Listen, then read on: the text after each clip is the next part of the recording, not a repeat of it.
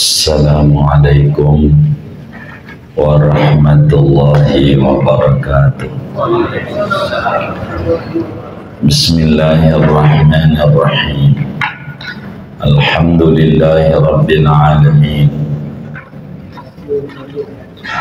Wassalatu wassalamu ala sayyidina Muhammadin wa ala alihi wa sahbihi ajma'in. Allahumma inna nastahdika li arsyadi amrina wa zidna ilman yanfa'una. Qala al-imam al-muallif rahimahullahu ta'ala wa nafa'ana bihi wa bi barakati ulumihi wa ghafara lahu wa li masyayikhihi wa li masyayikhina amin. Bapak Ibu, saudara-saudara sekalian, malam hari ini kajian kita masih membahas rukun salat yang ke-7, yaitu sujud. Masih berbicara tentang syarat-syarat sah sujud. Pertemuan yang lalu dijelaskan syarat sah sujud ada 6 dan 2 sudah kita bedah pada pertemuan yang lalu. Malam hari ini memasuki syarat sujud yang ketiga, keempat, kelima, dan keenam. Mana lagi syarat sujud itu, saudara? Ma'atan kisin. Supaya sujud kita sah, maka kita sujud itu kudu tankis. Tankis itu apa? Nungging. Itu sujud. Apa itu nungging? Supaya pantat kita lebih tinggi dibanding kepala kita. Ini aturan daripada sujud. Pantat lebih tinggi dari kepala. Lebih tinggi dari kepala. Dan ini kelebihan manusia yang harus dijaga daripada kemuliaan agama. Binatang, saudara, binatang, ayam dah, itu kalau makan, pantat sama pala ayam tinggian mana? Hah? Ini punya ayam apa kagak? Dan Nabi Salam, tinggian pantat, tinggian pala? Pantat. Kalau apa? Kalau makan. Kambing tinggian mana kalau makan? Hah? Tinggian pantat. Manusia beda dengan binatang. Kalau ibadah sama Allah baru boleh pantat lebih tinggi dari pala. Kalau sama Allah, pala kudu lebih rendah dari pantat. Diatur dalam makan oleh Nabi, makan itu yang paling bagus. Karena apa? Itu binatang pala lebih rendah daripada pantat kalau makan. Karena dia enggak punya tangan, punyanya kaki. Maka kita beda manusia. Jadi kalau makan jangan sampai maranin tuh mulut sama makanan. Tapi makanan harus nyamperin mulut. Itulah adab agama. Yang kayak begini nih abri biasanya. Jadi makan tuh jangan sampai palanya begini. Palanya nunduk kalau makan. Kalau manusia makannya palanya nunduk kayak ayam. Itu bukan saya yang ngomong tuh. Siapa tuh nanti ngomong? Kita pada babi ibadah boleh nunduk. Karena syarat sah sujud yang ketiga kudu nungging. Kudu nungging. Bi antar tafi'a, di sini dijelasin. Ajizatuhu wa ma haulaha ala ra'sihi wa mangkibaihi. Yang namanya nungging itu pinggulnya, pantatnya begitu sekitarannya, lebih tinggi dibanding kepala dan dua pundak. Dari mana dalilnya bahwa ini dipersyaratkan? Kata Fathul Mu'in, lil ittiba', karena mengikuti Nabi besar Muhammad sallallahu alaihi wasallam. Di mana mengikuti Nabi ini dijelaskanlah oleh Imam Abu Dawud di dalam sunannya, Imam Ibnu Khuzaimah di dalam kitab Sahih Ibnu Khuzaimahnya, Imamul Baihaqi di dalam kitab sunannya daripada sahabat Nabi Sayyidina Bara bin Azib. Bara, ada orang nama kasih Bara. Bara itu nama sahabat Nabi. Bara bin Azib radhiyallahu ta'ala annahu sajada, bahwa Sayyidina Bara itu sujud dalam salat. Fawadha'a yadaihi, lalu dia meletakkan nih pas sujud itu tangannya ditempelin. Wa'tamada ala rukbataihi, dengkulnya didiriin, dengkulnya tangannya ke bawah. Begitu wa rafa'a ajizatahu, pantatnya diangkat lebih tinggi dari pala. Itu bahasa kitanya nungging. Waqala, dan kata Sayyidina Bara, hakadha kana Rasulullah sallallahu alaihi wasallam yasjudu. Begini nih Rasulullah tuh kalau sujud, pantatnya lebih tinggi dari kepala. Dan ini merupakan syarat sah sujud yang ketiga, kudu tankis. Bagaimana kalau dibalik? Falawin na'akasa, andai orang tuh balik, palanya tinggian, duburnya pantatnya rendahan, kayak gini nih, tuh kan, nih pantat nih, ini kan pala, tinggian pala sama pantat. Bagaimana kalau begitu? Lam yujzi'hu, kagak sah sujudnya, kudu diulang. Kalau enggak sah sholatnya. Pertama yang enggak sah sujudnya, kalau enggak diulang batal sholatnya karena kurang aturan. Bagaimana kalau sama? Tadi kan kalau pantatnya, palanya lebih tinggi dari pantat, enggak nungging. Enggak nungging itu ada dua, bisa rata, bisa pantat rendahan. Autasawaya. Bagaimana kalau sama? Lamijiu, kagak jadi juga sujudnya. Kalau sama rata, sama rata. Begitu. Ente di depannya dikasih lekar, jadi antara pantat dan pala, sama, tidak sah, tidak sah. Bagaimana kalau darurat? Ini cerita lain. Naam, tetapi masih bisa sah ingkana bihi ilatun, kalau orang tuh ada penyakit. Tidak mungkin untuk sujud secara nungging, kagak bisa. Kalau model begitu mah ya sah, emang mampunya segitu. Contoh, ada perempuan hamil gede, sujudnya susah dia untuk nungging, susah, hamilnya gede banget.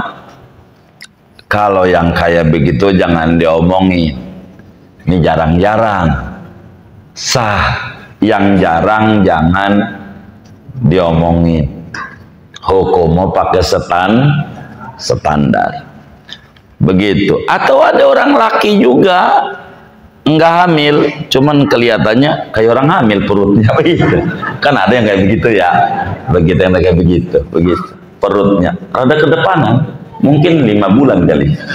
Nah, ada orang laki perutnya ini gede juga, sujudnya susah. Ya udah, kalau yang susah begitu mah hukumnya boleh sah. Emang bisanya kayak begitu, bisanya jadi begitu. Enggak perlu ada, ya enggak perlu kalau dia sembuh, kalau orang sakit.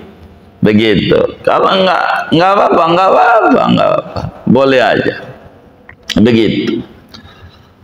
Bagaimana kalau ada orang kalau pengen nungging nggak bisa, penyakitnya berat, kecuali kakinya dikasih bantal.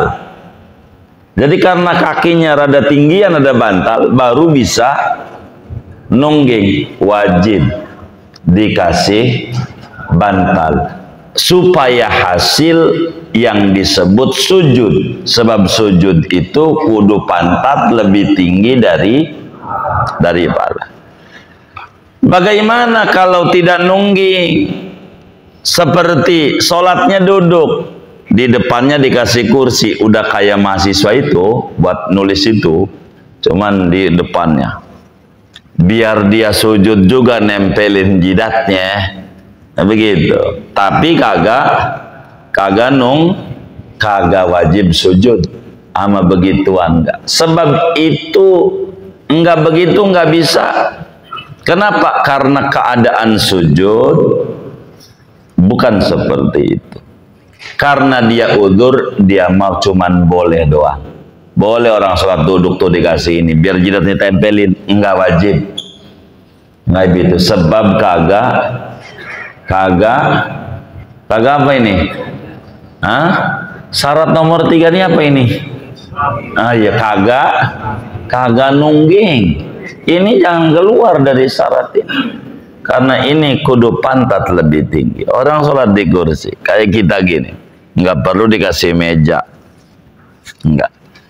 Nggak dikasih meja jadi juga. Emang dia bisanya begitu. Tapi kalau dia bisa sujud, kudu sujud.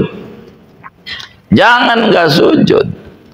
Tuh mau sholat dari rumah mau bisa nenteng-nenteng kursi ke masjid.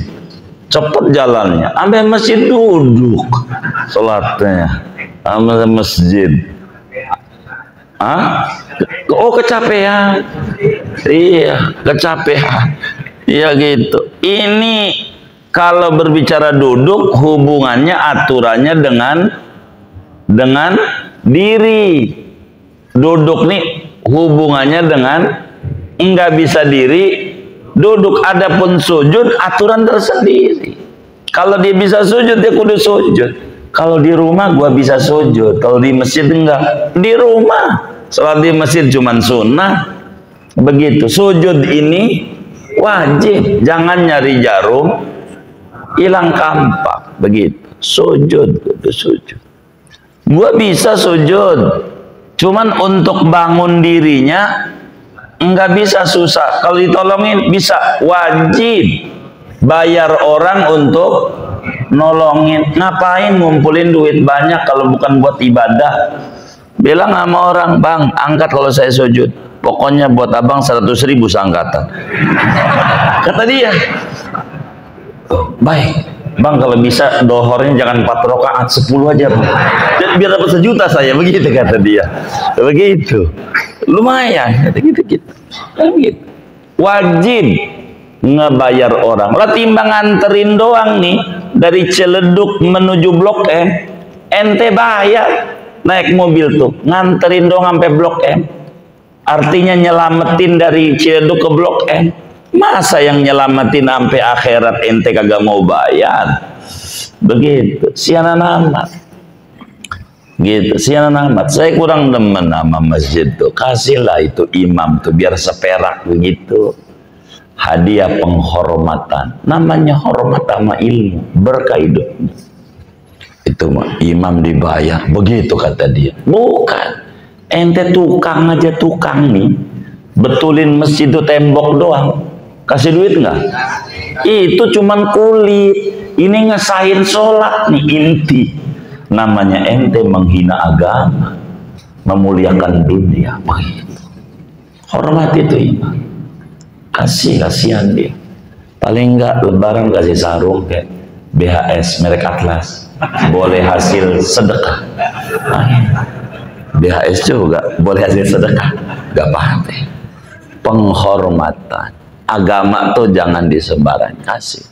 Kalau saudara, ini masjid ini tidak ada kasih. Kalau saudara kaya bantu beliin sarung. Ada berapa tuh yang imamin masjid itu? Kasih. Penghormatan nama agama. Dan saudara bakal Allah ganti berlipat-lipat ganda. Hormat sama agama itu penting. Sian saya sama imam-imam tuh. Gara-gara nggak begitu tuh, mundur-mundur. Lu aja. Yang kayak begitu orangnya ngaji juga Bang. Kita balik dah ngaji kita. Yang ketiga syaratnya kudu apa? Nonggeng. Keempat, biwad'i ba'di jabahatihi bikashfin. Sujud ini jidatnya kudu ditempelin dengan terbuka. Artinya syarat sholat yang keempat, kasful jabha. Jidatnya kudu terbuka. Kemarin ada yang nanya tuh, bagaimana kalau pincinya begini katanya kemarin tuh. Ini kata kita, sabar. Ini udah dibedah itu. Gitu. Ada yang nanya juga yang masalah tankis tuh kemarin juga. Ini bagaimana ini pakai ini enggak ada. Udah ada semuanya. Sabar aja. Ya kita ini hebat. Gitu. Begitu. Jadi jidatnya kudu terbuka. Seluruhnya enggak seluruhnya, sebagiannya aja jadi. Mohon maaf biar gampang aja dah. Kalau ente ada rambut, ini ada rambut, ya kan, segini gitu ya kan, tapi nempel yang lain enggak ada apanya nah, enggak ada penghalangnya, begitu sah. Tapi kalau semuanya enggak sah, kayak pici nih tuh, ya kan segini nih. Biasanya kalau habis main koprok kalah nih, begitu. Nah ininya nutup, semuanya nutup, jidatnya ketutup. Ini enggak sah, dorong kalau sujud, biar terbuka, begitu, biar terbuka. Kalau satu dua enggak apa-apa, karena tidak menutup seluruh. Jidatnya kudu ditempeli ke, bahasa kita orang, ke sejadah, ke tanah, begitu. Kudu ditempeli, begitu. Kudu terbuka. Kenapa kudu terbuka tuh jidat tuh? Aima akasfin, yakni disertai terbuka. Kudu jidatnya terbuka. Jidat doang nih yang wajib terbuka. Yang lain enggak. Kecuali lutut nanti itu ada. Bakal kalau terbuka lututnya bakal batal nih aurat. Jidat kudu terbuka. Dari mana? Para sahabat dulu pernah mengadu kepada Nabi Muhammad sallallahu alaihi wasallam. Nabi, ini panas banget. Zaman dulu kan masjid cuma di pagar doang, Pak. Enggak ada atapnya, enggak ada apa. Karpet aja enggak ada, begitu, karpet. Ubin aja nggak ada, apalagi karpet. Sujudnya masih di pasir. Lah Arab panas. Ngeluh sahabat, Nabi, boleh nggak saya tempelin nih jidatnya ditutup? Karena nggak kasih sama Nabi, nggak bisa sama Nabi, nggak boleh.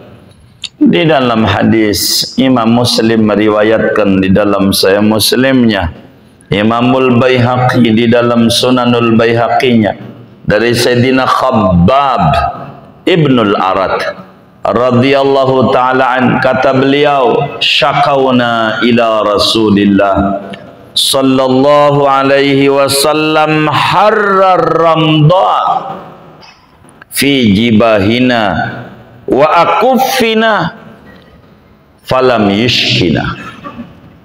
Kami para sahabat mengadu kepada Rasulullah ketika sholat itu pasir panasnya luar biasa, panas, nempel di sini nih, apa namanya nih, di jidat dan di tangan, pasir.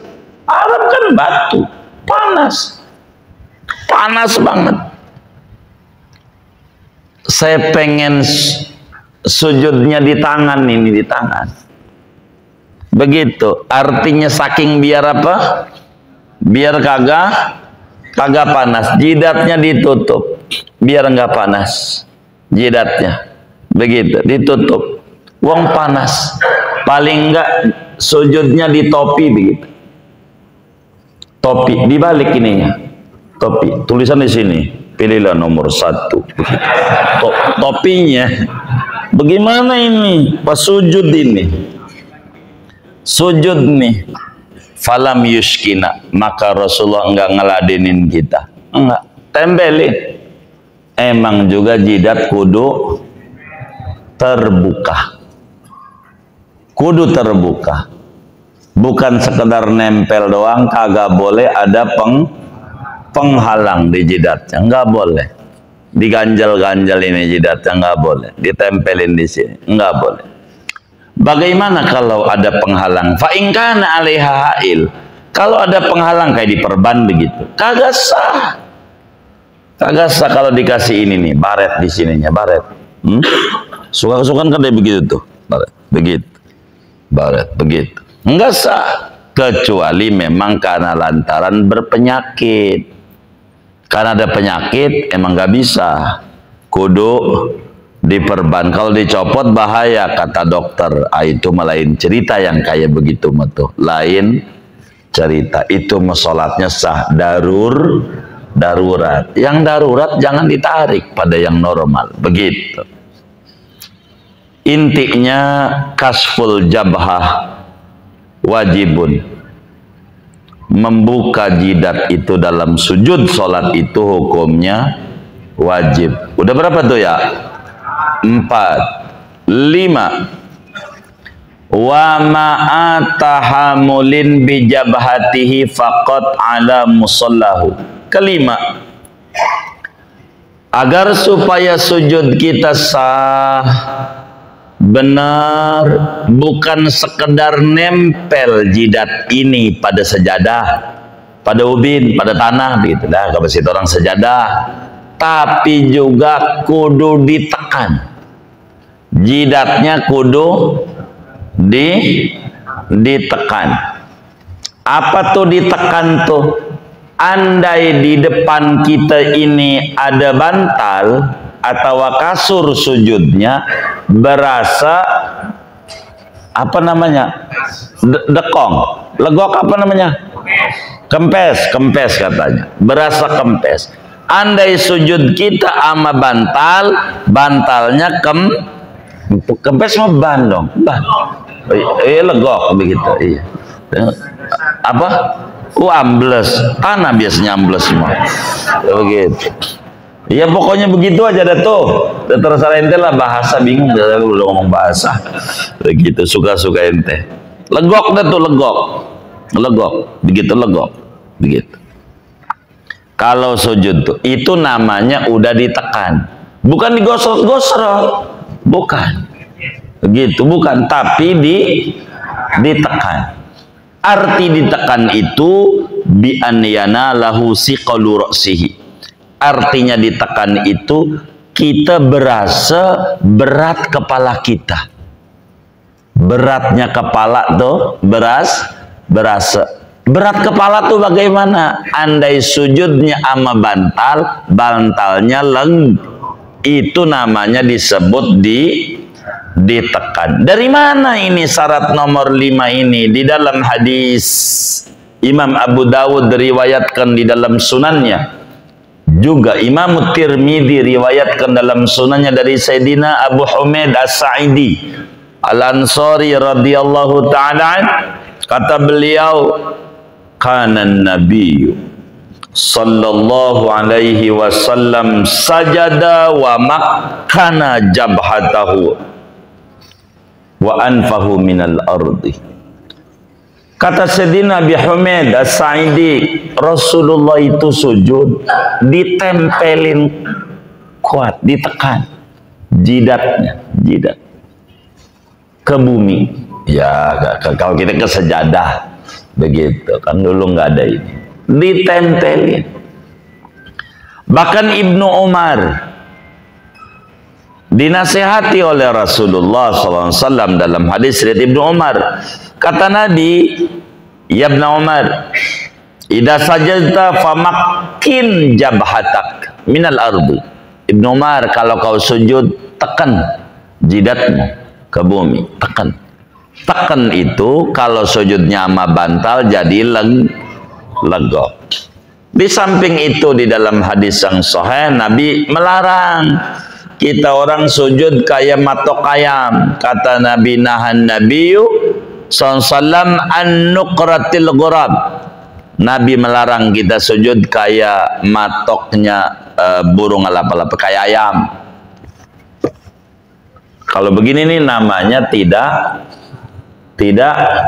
ditekan, tidak sah sujud kita, tidak sah. Kalau kita enggak ditekan, enggak bisa.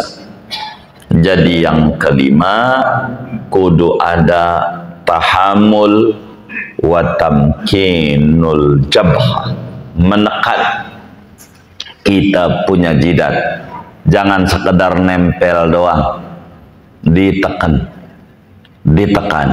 begitu. Khilafan lil imam, berbeda pendapat bagi Imamul Haramain. Kata Imam Haramain punya pendapat enggak ditekan enggak apa-apa, yang penting ditem, begitu kalau kata Imam Haramain. Tapi dianggap dhaif oleh para ulama madhab. Dari pendapatnya Imam Haramain yang mengatakan kagak wajib menekan, begitu, cuma nempelin aja jadi juga, begitu. Tapi mayoritas ulama tahamul merupakan syarat sah sujud. Kalau nggak ditekan nggak sah. Keberapa ya? Keenam, terakhir, sujud kita kudu pada 7 anggota. Kudu pada 7 anggota. Kudu sujud. Apanya tuh? Jidat, 2 telapak tangan, 2 lutut, 2 kaki.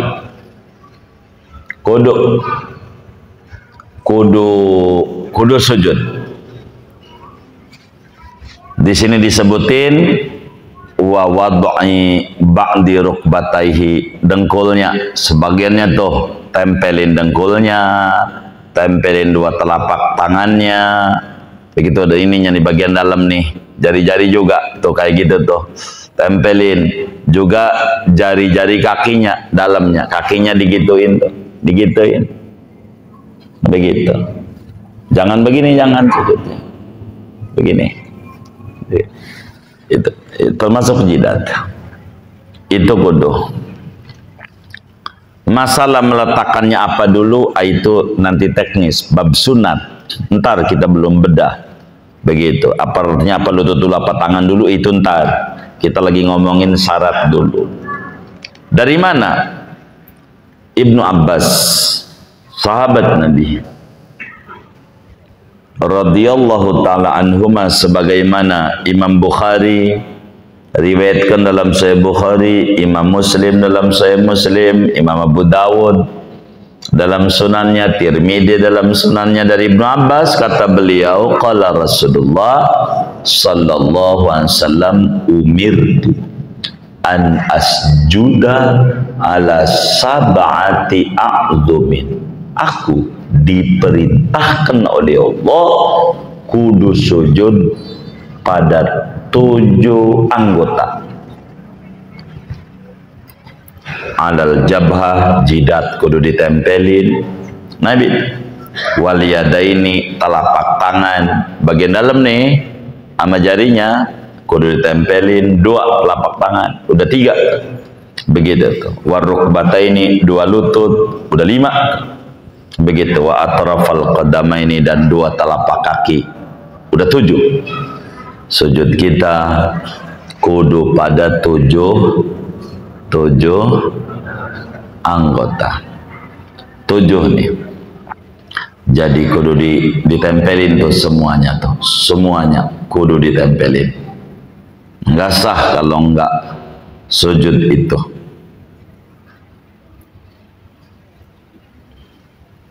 Duna ma ada dalik, selain itu enggak.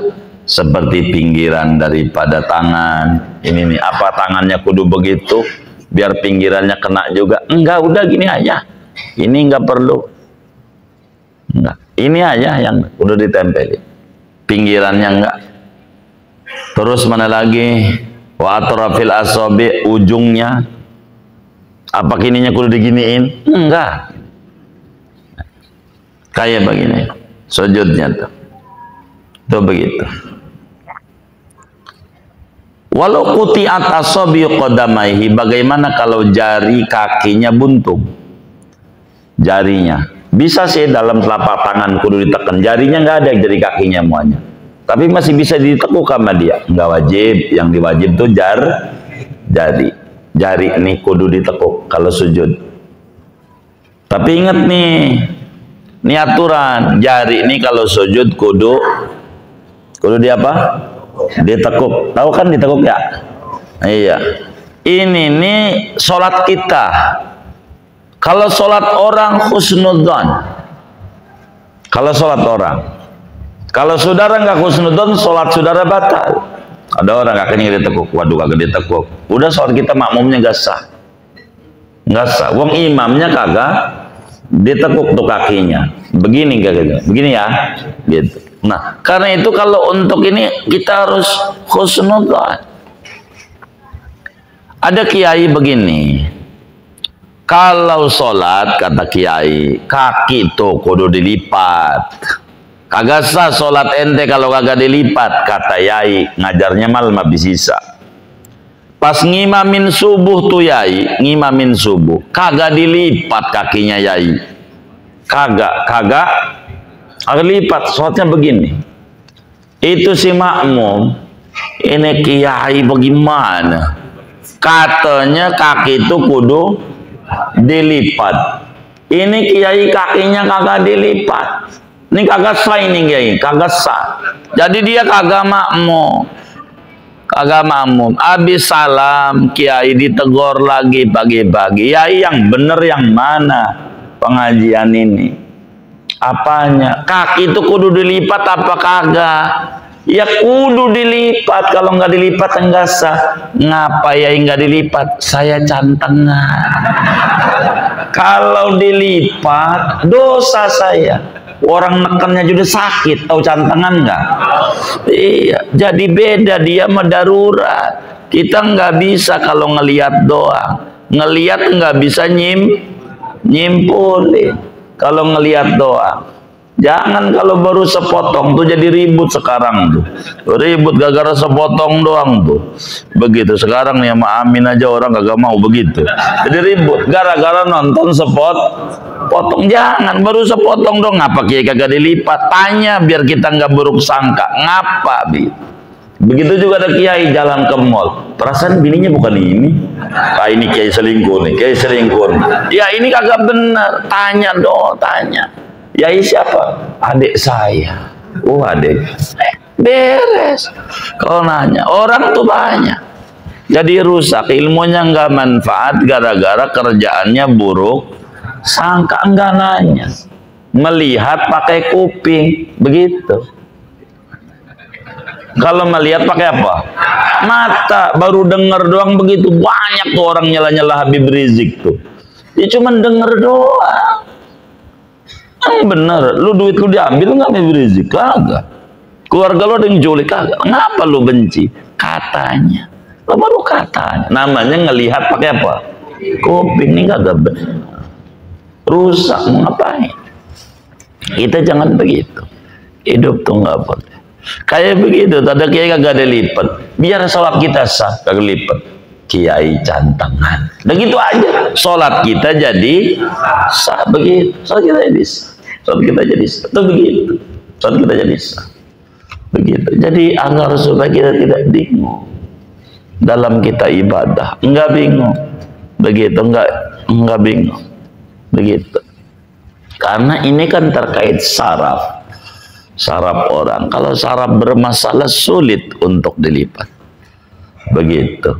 Apalagi Cantangan atau kukunya motongnya kedalaman, kan bisa-bisa gitu ya, dikorek-korek tuh ya, kan bukan cantang, apa namanya ya, kayak begitu dah tuh penyakit, kan dia bengkak tuh jempolnya, jadi kagak bisa dia begini, ditempelin aja udah meringis dia, begitu udah meringis. Artinya kita sholat kita bukan sholat orang lain. Kalau orang lain harus husnudzon, begitu biar kita sah. Kalau ada orang sholat kakinya nggak dilipat, di hati kita kenapa cantangan, biar sah.